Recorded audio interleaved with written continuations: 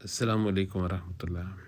پچھلی گفتگو میں حضرت معین الدین چشتی اجمیری رحمۃ اللہ علیہ اور حضرت شاہ ولی اللہ محدث دہلوی رحمۃ اللہ علیہ کے مشرب پر بات ہوئی تھی۔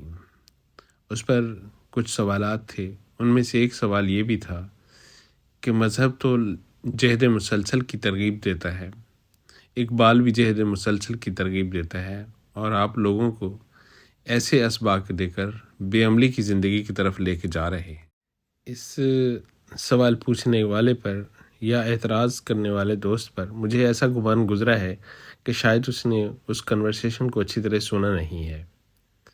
میں دوبارہ دہرا دیتا ہوں کہ میں نے اس گفتگو میں صرف یہی درخواست کی تھی کہ یہ 3 آپ کے مدارج ہیں جہاں آپ معلم کی رضا میں اپنی رضا چھوڑ دیتے ہیں اور ان کی ہر ادا کو اپنے لیے کافی سمجھتے ہیں اور ہر حال میں ان کے ہی فیصلے کو اپنا آخری فیصلہ مانتے ہیں۔ ہم دراصل بحث کے قائل نہیں ہیں، لیکن چونکہ مجھے لگ رہا ہے کہ جو سوال کرنے والا ہے شاید وہ بھی اصلاح ہی چاہتا ہے، تو میں حضور نبی کریم صلی اللہ علیہ وسلم کے حج کے دن کی بات کرنا چاہوں گا، جس دن آپ کے ساتھ آپ کے مخلصین کی جماعت شامل تھی اور یہ آپ کا آخری حج تھا۔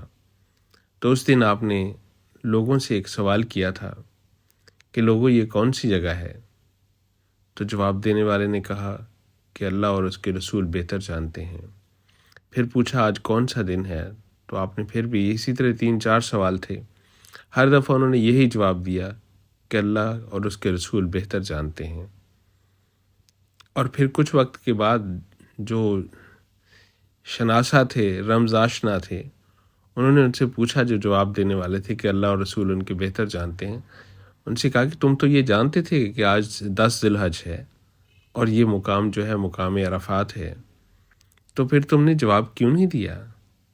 اس نے کہا مجھے ڈر تھا کہ حضور نبی کریم صلی اللہ علیہ وآلہ وسلم آج کے دن کا نام بدل کر کچھ اور نہ رکھ دیں، اور مجھے یہ خیال آیا کہ ہو سکتا ہے آپ اس جگہ کا نام بدل کر کچھ اور رکھ دیں، اس لیے ان کی رضا ہی میں رضا چاہی میں نے۔ یہ لمبی حدیث ہے، میں نے اپنا مختصر اس کا لب لباب آپ کے سامنے رکھا ہے۔ حضور نبی کریم صلی اللہ علیہ وسلم کے ساتھ جو سبق، جو طریقہ ہمارے سامنے آتا وہ یہی تسلیم و رضا کا ہے کہ آپ سب کچھ بھی جانتے ہوں تب بھی اپنے ارادوں کو ان کے سامنے سرنڈر کریں گے۔